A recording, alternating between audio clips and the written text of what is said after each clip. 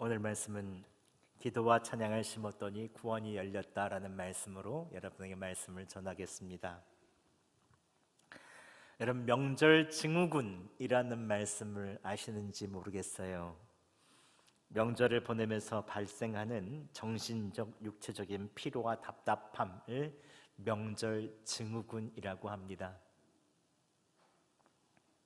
가족들이 명절에 화목을 위해서 한자리에 모이는데 오히려 가족이 모여서 갈등이 생기고 스트레스가 쌓이고 참아왔던 감정이 폭발하는 경우가 생기는 것, 이것을 명절 증후군이라고 하죠. 여성들은 시댁 부모님과 식구들 사이에서 해야 되는 많은 노동과 여자만 일하고 남자만 노는 것 같은 차별의 상황에서 감옥과 같은 답답함을 느끼죠. 게다가 가족끼리 서로 자녀들끼리 여러 가지 가족들을 살살 비교하며 은근히 살살살살 긁어대는 화를 돋우는 분위기의 스트레스가 더 커지며 결국 쌓인 설거지를 혼자서 해내야 될 때 스트레스는 절정에 다다른다고 합니다. 그런데 남성들도 스트레스가 많다고 해야죠. 장거리 운전으로 스트레스가 쌓이고 또 아내의 명절 스트레스를 다 남편들이 받아내야 될 때 남편들도 못지않게 스트레스가 있다고 하죠. 그래서 명절 이후 싸우는 부부가 많고 참았던 것들도 폭발해내고 결국은 헤어지는 경우까지 있다고 하니 이 명절 증후군은 생각보다 심한 것 같습니다. 그러나 요즘은 명절로 스트레스를 겪었던 부모 세대들이 자녀 세대를 이해해주는 가정이 늘어나고 있다고 하죠. 그래서 많이 간소화하든지 아니면 서로 배려하는, 오지 마라 이번에는 배려하는 가족들도 늘어나고 있다고 합니다. 몇 해 전 명절에 전남 진도군 의신면 41개의 이장님들이 함께 41명이 모인 거죠. 명절을 맞아 국도 최남단인 진도까지 힘겹게 내려오는 젊은 자녀들을 위해서 어떻게 힘이 되는 문구를 마을 입구에다가 걸 수 있을까 고민했다고 합니다. 맨 처음은 며느리가 힘들게 하고 못 오겠다고 하면 아들도 손자도 못 보는 것이기에 며느리에게 잘해야 되겠다라는 것은 이런 이야기를 나누다가 이런 문구를 생각했다고 하는데요. 애미야 어서 와라, 올해 설거지는 시아버지가 다 해주마. 이런 현수막을 제작했다고 합니다. 혹시라도 시아버지의 진심이 며느리에게 잘못 전달할까봐 의신면 주민센터의 여성 공무원에게 현수막 문구를 점검까지 받았다고 합니다. 의신면 이장단 단장님인 김양호 단장님은 나부터 명절 스트레스를 덜어주기 위해 명절 때 전을 부치겠다고 하면서 소매를 걷어붙였다고 합니다. 자녀 세대를 배려하는 마음이 표현되어 훈훈한 명절을 보낸 것이죠. 여러분, 이제 명절 연휴가 시작합니다. 예수님의 사랑으로 서로 배려하며 서로 따뜻하고 훈훈한 명절 보내시기를 예수 그리스도의 이름으로 축원합니다. 오늘 본문의 바울과 실라도 좀 답답했던 모양입니다. 명절을 맞은 며느리들처럼 더 많은 답답함이 있었던 것 같습니다. 오늘 본문에 보면 바울과 실라는 답답한 감옥에 갇히죠. 바울과 실라는 원래 자신들이 계획해서 이 빌립보에 오려고 한 것도 아닙니다. 아시아로 선교를 가려고 하다가 성령님이 자꾸 막으시고 마게도냐에 있는 사람들이 와서 우리를 도우라라고 하는 환상까지 보여주니 어쩔 수 없이 유럽으로 방향을 돌려서 선교를 유럽 첫 성인 빌립보에 간 것이죠. 그런데 첫 번째 성인 빌립보 성에서 전도하다가 감옥에 갇혀버립니다. 바울과 실라는 빌립보에 왔을 때 큰 기대가 있었을 것입니다. 성령님께서 이곳으로 인도했으니 가는 곳마다 큰 복음의 역사가 일어나겠지. 예수님의 예자만 꺼내도 사람들이 예수님을 다 믿을 거야. 전도만 하면 성령님이 임하시고 큰 역사가 일어날 것이라고 큰 기대를 가지고 이 유럽의 첫 성인 빌립보에 왔을 것입니다. 그런데 웬걸 빌립보에 오자마자 답답한 일들의 연속이었습니다. 갑자기 점치는 귀신 들린 여종 하나가 계속 바울과 실라를 따라다니면서 소리를 질렀습니다. 이 사람은 지극히 높으신 하나님의 종이다. 이 사람은 지극히 높으신 하나님의 종이다. 며칠 몇 날을 따라다니면서 소리를 지르니까 이 정상적인 사람이 복음을 전해도 믿을까 말까인데 이 귀신 들린 사람이 옆에서 얘기하니 얼마나 신빙성이 안 가겠습니까? 참다 못해서 바울이 여종에게 들린 귀신을 쫓아놓아줬더니 이제 그 여종의 주인인 점치는 하인 때문에 돈을 많이 벌었는데 이제 귀신이 나가고 나니까 점을 못 치니까 이 돈을 못 벌게 됐다고 하면서 이 바울과 실라를 법정에 고발했습니다. 이 사람의 풍속을 어지럽힌다, 우리에게 와서 이상한 일을 한다 하면서 고발해서 그만 매를 흠씬 두들겨 맞고 감옥에 갇히는 일이 벌어지게 됐죠. 두 사람의 마음이 어땠겠습니까? 말할 수 없이 답답했을 것입니다. 하나님의 있는 말씀대로, 성령님의 인도대로 명령을 따라서 유럽까지 왔는데 첫성부터 엄청나게 맞고 감옥에 갇히고 착고까지 다 팔다리가 채워졌다고 오늘 얘기하고 있습니다. 옴짝달싹할 수 없으니 복음을 전할 수가 있습니까? 언제 나갈지도 모르니 무슨 일을 할 수 있단 말입니까? 두 사람은 서로 바라보며 왜 하나님께서 이곳에 보냈는가? 하나님 이러시면 안 되지요 라는 마음들이 서로 가득히 있었을 것입니다.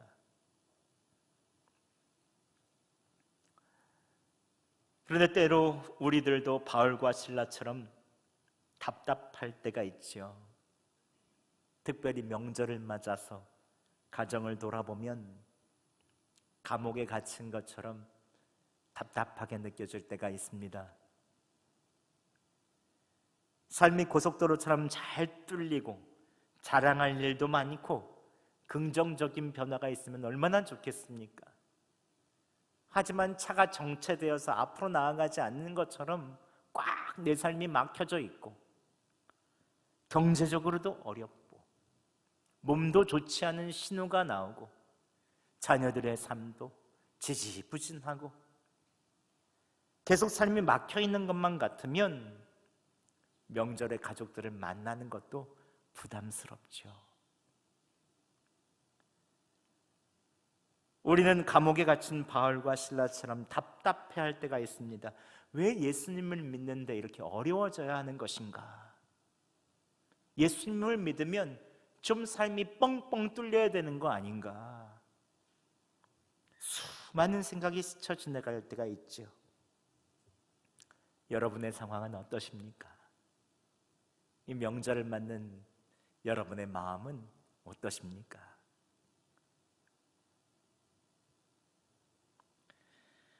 오늘 그럼에도 불구하고 하나님께서는 바울과 실라를 답답한 감옥에 놓아두십니다. 복음을 전하게 하려면 감옥에서 나오게 하고 자유롭게 놓아주셔야 하는데 어떻게 된 영문인지 하나님께서는 바울과 실라를 감옥에 가둬놓으시죠. 왜 그런 것입니까? 본문에 있는 부분을 가만히 살펴보면 하나님께서는 빌립보 교회를 세우실 가장 좋은 계획을 이 감옥에서 가지고 계시기 때문에 그렇습니다. 사람의 눈으로 볼 땐 모든 것이 답답하고 감옥에서 빠져나와야 개혁이 일어날 것 같지만 하나님께서는 오히려 감옥에서 구원의 역사와 하나님의 계획을 이루시기를 원하시는 것입니다. 하나님께서 어떻게 감옥에서 구원의 역사를 일으키십니까? 첫 번째, 하나님께서는 바울과 실라가 감옥에서 찬송과 기도를 심게 하십니다. 함께 25절 말씀 저희가 봉독하겠습니다. 한밤중에 바울과 실라가 기도하고 하나님을 찬송하며 죄수들이 듣더라. 하나님께서는 바울과 실라가 캄캄한 밤중에 아무것도 보이지 않는 칠흑 같은 어두움 속에서 기도와 찬양을 하게 하십니다. 기도란 무엇입니까? 마음의 주님을 의지하겠다라는 입술의 표현이며, 찬송이란 어떤 상황 가운데서 저 주님께 영광을 돌리겠다는 이 입술에 있는 노래입니다. 둘 다 믿음의 표현이죠. 하나님께서는 바울과 실라가 어두컴컴한 감옥에서 믿음으로 주님을 바라보게 하십니다. 예수님을 의지하며 기도하며 찬양하게 하시죠. 일이 형통할 때 감사의 기도를 하기는 쉽습니다. 기분 좋을 때 찬송하며 노래 부르기는 쉽습니다. 하지만 오해당하고 맞고 감옥에 갇히고 앞이 하나도 보이지 않는 그런 캄캄한 밤중에 기도하고 찬양하기는 쉽지 않죠. 오히려 고난을 만나면 기도조차 잘 안 나오는 것이 우리에 있는 마음이죠. 우리의 연약함이죠. 하지만 하나님께서 이들에게 믿음 주시니 바울과 실라가 감옥에서 기도하고 찬양하는 것입니다. 그리고 재미있는 것은 이 모든 기도 소리와 찬양 소리를 모든 죄수들이 다 들었다라고 오늘 말하고 있습니다. 두 번째는 하나님의 역사는 하나님께서 기도하고 찬양하는 두 사람을 자유하게 하십니다. 함께 26절 말씀 봉독하겠습니다. 시작. 이에 갑자기 큰 지진이 나서 옥터가 움직이고 문이 곧다 열리며 모든 사람의 매인 것이 다 벗어진지라. 아멘. 당시 바울과 실라를 가두어뒀던 감옥은 이 산 언덕에 굴을 파놓고 거기에 가두는 감옥입니다. 이게 진짜 실제 빌립보에 있는 감옥입니다. 바울과 실라가 갇혔다고 하는 감옥을 고증해 놓았습니다. 하나님께서는 바울과 실라가 주님을 바라보고 감옥에서 기도하고 찬양할 때 가두었던 감옥의 털을 다 흔드시고 옥문을 활짝 여시고 모든 죄수들에게 매어있던 착고들이 다 풀리게 하시는 것입니다. 감옥에 갇혀 있고 착고에 매어 있었어도 먼저 이들의 마음에는 자유와 감사가 있었을 것입니다. 기도하고 찬양했으니까요. 두 사람은 하나님께 옥문을 열어달라거나 지진이 일어나게 해달라고 기도를 한 적이 없습니다. 그런데 하나님께서 기도하고 찬양할 때 하나님의 방법으로 이 감옥에서 자유를 허락하여 주시는 것입니다. 하나님께서 직접 감옥터를 흔드시고 옥문을 활짝 여시고 하나님의 전능하신 손으로 모든 죄수들에 있는 착고를 다 풀어주신 것입니다. 마지막으로 하나님께서는 직접 하나님의 계획을 이루십니다. 구원 계획을 이루십니다. 하나님의 계획은 무엇입니까?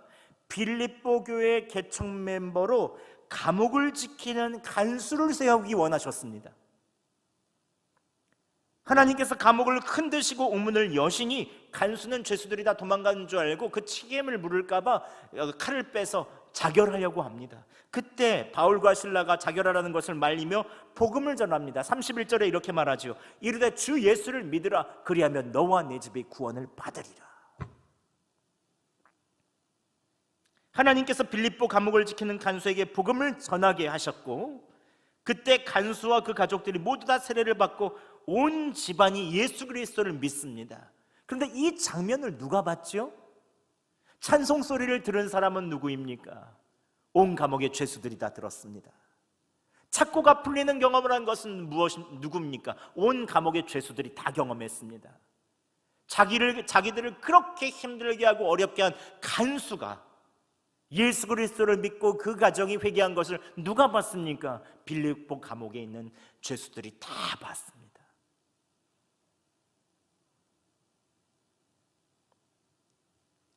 하나님께서는 하필이면 빌립보시에 사는 수많은 사람들을 놔두고 왜 빌립보 유럽 첫성에 가장 죄인이 많은 그 감옥에서 감옥을 관리하는 간수와 그 가정을 전도하게 하시는 것입니까? 하나님께서는 유럽의 첫성인 빌립보 교회를 세울 때 복음이 가장 필요한 사람이 누군지를 아셨습니다. 복음이 가장 필요한 사람은 철학자나 의인들이나 정치가나 권력자도 아니었습니다. 가장 죄인들이 많은 곳, 자기의 힘으로 무엇이라도 할 수 없는 사람들, 억울한 사람들, 답답한 일이 많은 사람들, 복음이 가장 필요한 것에 이 감옥의 바울과 실라를 보내서 이들에게 복음을 전해주고 싶으셨던 것입니다. 이 사람들에게 참 믿음이 무엇이며 하나님의 역사가 무엇인지 똑똑히 온몸으로 경험하게 해주고 싶으셨습니다. 하나님께서는 감옥에 갇힌 바울과 실라의 찬송 소리를 다 감옥에 울려 퍼지게 하시죠. 자연스럽게 그리스도인들이 어떤 사람인가 짐작하게 하시는 것입니다. 쟤네들이 이상하다. 매 맞고 감옥에 갇혔는데 어떻게 찬송하고 기도하는가? 바울과 실라를 통해 그리스도인은 어떤 상황 속에서도 예수님을 신뢰하는 사람이라는 것을 감옥 전체에 있는 죄수들에게 가르쳐 주십니다. 또한 하나님께서는 믿음의 사람들에게 어떤 역사를 베푸시는지 오감을 통해서 다 알게 하십니다. 하나님께서 자신이 갇혀있던 감옥터를 흔드시는 그 진동과 문이 활짝 열려지는 것을 보고 자신의 손에서 착고가 풀려지며 자유케 되는 그 경험을 하면서 하나님을 부인할 수 없는 온전한 믿음을 경험하게 된 것입니다. 하나님께서는 믿음의 사람들을 통하여 이러한 역사를 베푸시는구나라고 온 죄수들이 다 깨닫는 것입니다. 나도 자유케 하실 수 있구나, 나에게도 믿으면 역사를 베푸실 수 있구나라는 것을 깨달은 것입니다. 또한 하나님께서는 바울과 실라를 그 틀에 모질게 되었던 간수에게 복음을 전하고 세례를 베풀며 구원하시는 것을 보면서 복음이란 누구에게나 차별 없이 주시는 하나님의 은혜라는 것을 모든 죄수들에게 다 깨닫게 하십니다. 주 예수를 믿으라, 너와 내 집이 구원을 받으리라. 이 간단한 한마디가 빌립보 감옥의 간수와 가족, 모든 죄수들의 영혼 가운데 각인되었습니다. 하나님께서는 이 간수와 가족들, 이 사건을 경험한 빌립보 감옥의 죄수들에게 어떤 축복을 주십니까? 세상에 누구도 흔들 수 없는 굳건한 믿음을 선물로 주십니다. 그때부터 감옥에 갇힌 죄수들이 무엇을 했을까요? 물론 성경에는 나오진 않습니다. 이전까지는 욕설과 신음소리, 원망이 난무했던, 다투는 소리가 가득했던 이 감옥에서 바울과 실라처럼 찬양하고 기도하는 목소리가 가득했을 것입니다. 바울과 실라에게 세례를 받고 구원받는 죄수들이 가득했을 것입니다. 즉 이 감옥에서부터 빌립보 교회가 시작되죠. 바울이 옥중에서 쓴 빌립보 교회에 보내는 편지를 보면 빌립보 교회를 향해 사도 바울이 입이 마르도록 칭찬합니다. 빌립보서 1장 5절에 보면 너희가 첫날부터 이제까지 복음을 위한 일에 참여하고 있기 때문이라 라고 말합니다. 즉 이 감옥에서 예수 그리스도에 있는 놀라운 역사를 봤던 이 죄수들이 그 첫날부터 지금까지 믿음을 변치 않고 계속해서 복음을 전했습니다. 또한 편지를 살펴보면 빌립보 교회에 핍박이 있어도 이들의 믿음은 더 굳건해졌고, 무엇보다 사도 바울이 감옥에 갇힐 때마다 가장 먼저 사람을 보내서 헌금을 보내고 사도 바울을 위로했던 것이 이 빌립보 교회였습니다. 그래서 사도 바울이 빌립보 교회를 말할 때마다 이렇게 말합니다. 내가 그리스도의 심장으로 너희를 사랑한다 할 정도로 그렇게 아꼈던 교회가 이 유럽의 찻성인 빌립보 교회였습니다.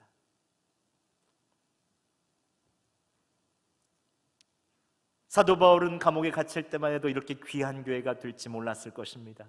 여기서 교회가 나올지는 몰랐을 것입니다. 오늘 우리의 삶에도 바울과 실라가 처한 것 같은 답답함이 있지요. 감옥에 갇힌 것 같은 답답함이 있습니다. 하지만 하나님께서는 우리에 있는 감옥에 갇힌 것 같은 그 상황 속에서 주님의 역사를 이루어 주시기를 원하십니다. 물론 답답하거나 힘든 현실은 우리가 보기에 감옥처럼 보일 수 있지요. 하지만 믿음을 가지고 주님을 바라볼 때 하나님께서는 역사하여 주십니다. 믿음이란 무엇입니까? 믿음이란 감옥에서 예수님을 바라보는 것입니다. 감옥에서 구원하실 예수님을 바라보며 기도하고 찬송을 심는 것입니다. 도저히 아무것도 할 수 없는 그때에 주님을 신뢰합니다. 주님의 이름을 높여드립니다. 기도와 찬송을 심는 것입니다. 바울과 실라는 전도가 내 뜻대로 안 된다고 낙심하지 않았습니다. 엄청 두드려 맞고 감옥에 갇히고 착고에 메어져도 불평하거나 화를 내지 않았습니다.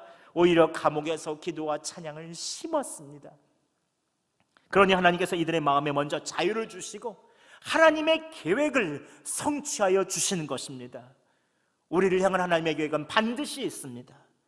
여러분, 감옥과 같은 답답한 지금의 현실 가운데 기도와 찬양을 심으시기 바랍니다. 하나님께서 반드시 역사하여 주실 것입니다. 특히 오늘 명절을 앞두고 우리가 주목해 봐야 될 한 말씀은 이것입니다. 주 예수를 믿으라. 그리하면 너와 내 집이 구원을 얻으리라. 주님은 나만 믿어서 구원받는다고 하지 않습니다. 내가 믿으면 우리의 가정이 모두 다 구원을 받는다고 오늘 약속하고 계십니다. 감옥과 같은 답답한 상황이라도 나와 함께 계신 예수님을 의지하고 기도와 찬송을 심으면 반드시 우리의 가정의 구원의 열매를 맺어주시는 것입니다. 가정에 믿는 사람이 없다고 너무 낙심하지 마세요. 아무리 기도해도 자녀들이 돌아오지 않는다고 너무 힘들어하지 마세요. 하나님께서는 여러분의 기도와 찬송을 통하여 반드시 구원을 이루어 주실 것입니다.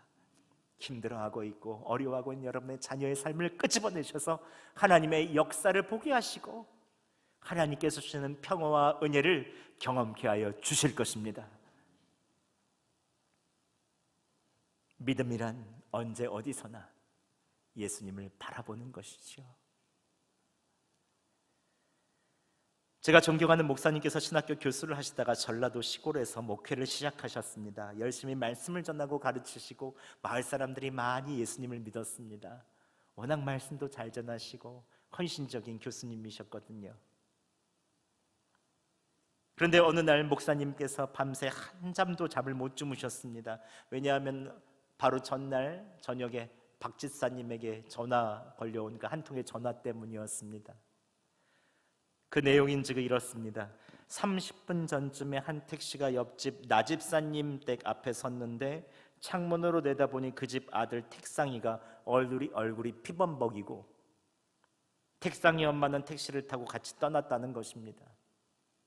창밖에서 보고 너무 이상하다 해서 그 집 문을 두드려 보니 나오는데 할머니는 울어서 눈이 가득 퉁퉁 불어있고 나 집사님은 술에 취해서 고래고래 소리를 지르고 있었습니다. 노모를 확 밀어제끼고 찾아온 박 집사님을 향해서 소리를 지르면 주먹질을 하는데 내 마음대로 할 테니까 내버려두라고 하면서 소리를 지르고 문을 쾅 닫아버렸다는 것입니다.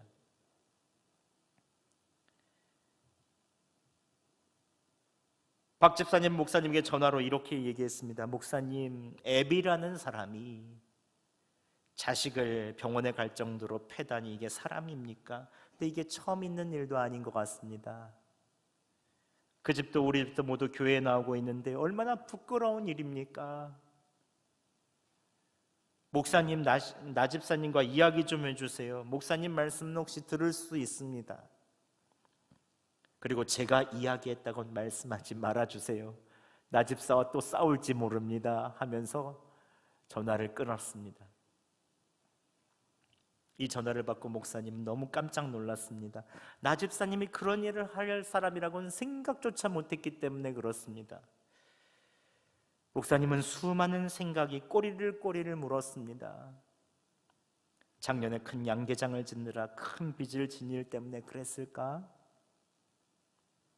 성실한 그 사람이 왜 그리 술을 많이 마셨을까? 나 집사님은 한 번도 어려움을 이야기한 적도 없고 새벽기도 열심히 나왔는데 목사님은 너무 마음이 아팠습니다.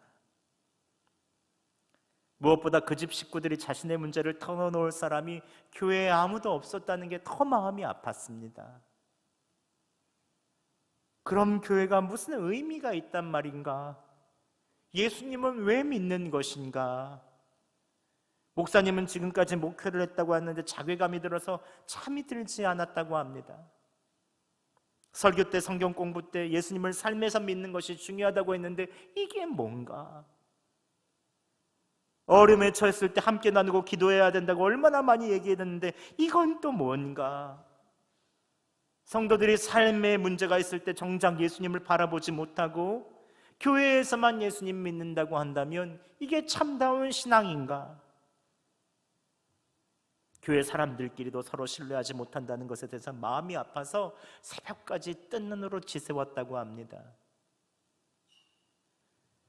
새벽 기도회가 시작되었습니다. 목사님은 아무 말씀도 할 수가 없었습니다. 그래서 전화로 들은 이야기를 간단히 성도들에게 말하고, 나집사님이라는 얘기는 안 하고, 이름은 얘기 안 하고, 이번 주간에 신방은 일절하지 않겠다고 하고 마음이 아파서 말씀을 전하지도 못한 채 집으로 돌아오셨다고 합니다. 그런데 목사님이 나집사님 이야기를 했는데 갑자기 이 집사님이 목사님 댁으로 찾아와서 볼멘 소리를 하기 시작했습니다. 이 집사님은 이렇게 얘기했습니다. 목사님, 어떻게 모든 사람들 앞에서 그렇게 제 이야기를 하실 수 있습니까? 그래도 저는 그렇게 심하게 자식을 때리진 않았어요. 목사님은 어안이 벙벙해서 제가 말한 사람은 이 집사님이 아닌데요. 그 순간 두 사람이 다 어안이 벙벙해서 서로를 쳐다보고 있다가 이 집사님이 이렇게 말했다고 합니다. 그럼 저희 동네에 그런 사람이 또 있단 말입니까? 그 순간 목사님께서는 하나님께서 이 집사님을 나에게 보내주셨구나라고 생각하고 이 집사님을 앉혀놓고 예수님을 믿는다는 것이 무엇인지, 특별히 실제 생활에 부딪혔을 때 나와 함께 하시는 예수님을 바라보는 것이 무엇인지, 마음에 분노와 미움이 일어났을 때 내 마음의 왕이신 주님 바라보고 나는 죽고 예수로 사는 것이 무엇인지 자세히 말씀해 주셨다고 합니다. 예수님을 믿는 것이 용서하고 사랑하는 것임을 말씀해 주신 것이죠. 그때 이 집사님은 목사님의 말씀을 듣고 눈물로 이렇게 고백했다고 합니다. 목사님, 원수마귀는 밖에 있는 것이 아니라 내 마음속에 있네요. 예수님께서 자격 없는 저를 이렇게 용서해 주셨는데 화나고 힘들어 술을 먹을 때마다 아들에게 소리 지르고 때릴 때도 많았습니다. 마음으로는 그러지 말아야지 하면서도 자꾸 그런 짓을 했습니다. 저는 몰매를 맞아도 쌉니다. 그때 목사님께서는 이 집사님의 손을 꼭 붙잡고 저도 집사님과 다를 바가 없습니다. 이렇게 솔직하게 말씀해 주셔서 고맙습니다. 함께 기도하는데 서로 닭똥 같은 눈물을 뚝뚝 떨어뜨리고 하나님께서 집사님과 목사님의 마음속에서 감옥에 갇혀져 있는 것 같은 그 답답함을 다 풀어주셨다고 합니다. 그런데 문제는 그 이야기의 당사자인 나 집사님이었습니다. 새벽 기도 때도 보이지 않는 것은 물론이고 다음 주일에도 보이지 않았다고 합니다. 사람들 보기가 너무 부끄러워서 교회에 나오지도 못한 것입니다. 마을 사람 다 알고 있고 교회 사람들도 다 알고 있으니 어떻게 교회에 나오겠습니까? 목사님이 나 집사님을 위해서 기도하는데 하나님께서 좋은 아이디어를 하나 주셨다고 합니다. 당시 어린이 성가대원이 8명이 있었는데 어린애들 성가대원들을 대고 찬양을 부르며 먼저 온 동네를 다 돌다가 나 집사님 집으로 들어갔다고 합니다. 그 모습을 마을 모든 사람들이 다 봤습니다. 대문 앞에 도착한 목사님이 크게 소리를 질렀다고 합니다. 나 집사님, 우리 어린이 성가대원이랑 같이 찬양하고 싶어서 그런데 문 좀 열어주십시오. 그때 나 집사님은 목사님이 공개적으로 교회에서 자신을 용서해 주겠다고 하는 그 뜻으로 알고 겸연쩍은 얼굴로 문을 활짝 열어주었다고 합니다. 자기가 집사로 술을 먹고 아들을 때렸다는 죄책감으로 감옥에 갇힌 것처럼 답답했다고도 하고 마을 사람들이 자신의 부끄러운 모습을 다 알았다는 창피함, 교회에 이제는 갈 수도 없겠구나, 신앙생활도 할 수 없겠다는 그 낙심. 그러나 어린이 찬양대와 함께 찬양하고 기도하니 가정에 다시 한번 웃음꽃이 피었다고 합니다. 나집사님이 내어준 참외와 떡을 같이 먹었다고 하는데 그곳이 꼭 그때 천국과 같았다는 이야기를 들었습니다. 여러분, 만약 나집사님이 양계장 사업으로 빚을 졌을 때 믿음으로 주님을 바라보며 기도와 찬양을 심었다면 얼마나 좋았겠습니까? 이런 일이 오지도 않았겠죠. 남모르고 답답한 일들로 인하여 힘들고 어려운 마음을 그리스도의 몸인 교회와 교회 성도들과 함께 나눴다면, 함께 찬양하고 기도했다면 얼마나 큰 힘과 위로가 되었겠습니까?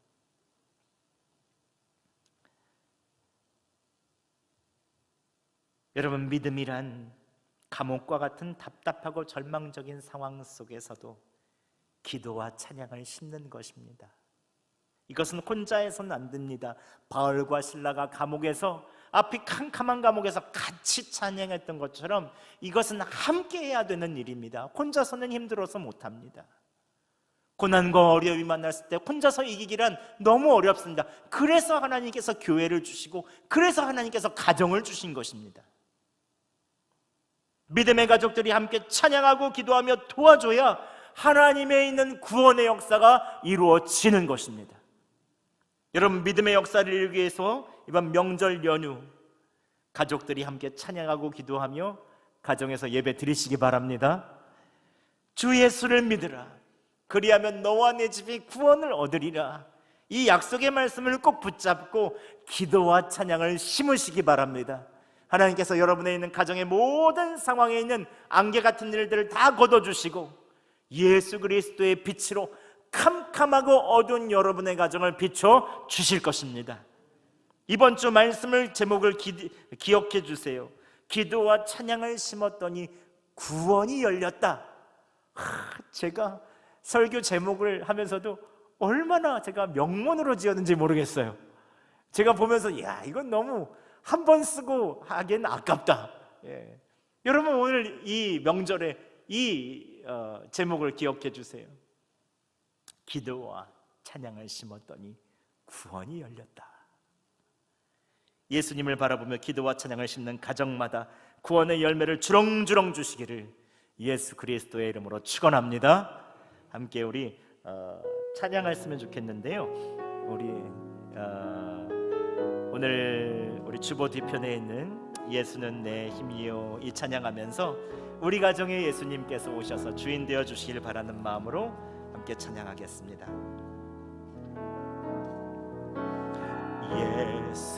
예수는 내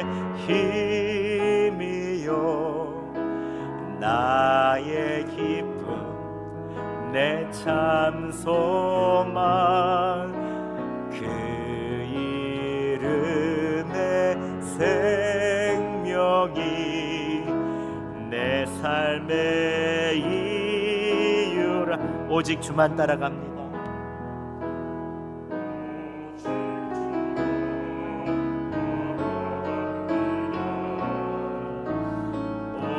오직 주만 높임 받으소서. 내 평생에 그 이름을, 그의 선하심을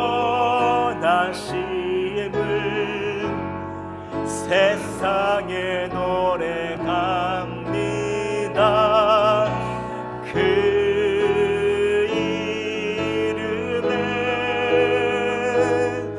크신 능력, 영원한 생명이 내 삶의 이, 다시 한번 내 평생에, 내 평생에 그 이름을, 그의 선하심을 세상에 노래합니다. 그 이름에 그 신능력 영원한 생명이 내 삶의 이유라. 이 시간 우리 함께 기도하겠습니다. 여러분의 있는 가정에 있는 사람들을 한 사람 한 사람 떠올려 보시기 바랍니다. 여러분의 부모님, 여러분의 형제들, 그리고 또한 여러분의 자녀들. 이 명절에 주님께서 우리에게 바라시는 것은 무엇입니까? 지난 한 해 감옥과 같은 답답함이 있던 가정들이라도 주님은 기도하고 찬양할 때 옥문을 활짝 열어주시고 구원을 주시기를 원하십니다. 이 시간 이번 명절에 각 가정마다 구원의 열매가 가득하기를 바라는 마음으로 예수님 우리 가정에 오시옵소서. 온전히 주님께서 주시는 구원과 기쁨이 우리 가정에 새롭게 심기게 하여 주시고 기도와 찬양을 심게 하여 주시옵소서. 함께 이 시간 기도하시겠습니다. 사랑의 하나님 아버지, 이 시간 더욱더 이번에 명절 연휴를 맞이하며 우리 가정을 위해서 기도합니다. 지난 한 해 감옥과 같은 답답함이 있을지라도 지금 우리의 삶이 답답하며 자유롭지 않을지라도 이 시간 기도와 찬양을 심기를 원합니다. 주님, 오늘도 바울과 실라가 기도하고 찬양할 때 옥문이 활짝 열린 것처럼 우리에게 삶의 자유를 허락하여 주시고 이 시간 구원의 열매가 가득히 맺히게 하여 주시옵소서. 주 예수를 믿으라, 그리하면 너와 내 집이 구원을 얻을 것이라 라고 말씀하시는 주님, 아버지, 주님의 이 말씀이 우리 가정에 이루어지게 하여 주시옵소서. 주님 역사하여 주시옵소서. 주님, 사랑의 하나님 아버지, 2022년 명절 새해를 맞이합니다. 지난 한 해 우리 안에 답답함이 있던 가정들이라도 기도와 찬양을 심을 때에 주님 옥문을 활짝 열어주시는 자유와 구원의 열매가 맺히게 하여 주시옵소서. 언제나 어디서나 그리스도인으로 살기를 원합니다. 이번 명절에 여성동교회 각 가정마다 구원의 열매가 가득하며 그 열매로 하나님께 영광 돌려드리는 여수 성동교회 모든 가정이 될 수 있도록 도와주시옵소서. 여호와 하나님께 감사하며 예물 드립니다. 감사와 11조 주정원금 꽃꽂이와 각종 예물로 드리오니 하늘 창고에 넣어주시고 주님 나라 귀한 일에 사용하여 주시옵소서. 이제는 우리 주 예수 그리스도의 은혜와 하나님 아버지의 그 크신 사랑과 성령 하나님의 내주 교통하심이 이제 믿음으로 예수 그리스도를 바라보며 언제나 어디서나 기도와 찬송을 심고 구원의 열매를 맺히기로 작정하는 여성동교회 성도들 머리 위에, 우리의 가정과 일터 위에, 코로나로 고난을 겪는 한국교회와 나라와 민족 위에, 이 땅에 있는 모든 교회 위에 이제로부터 영원토록 함께 하시기를 간절히 축원하옵나이다. 아멘.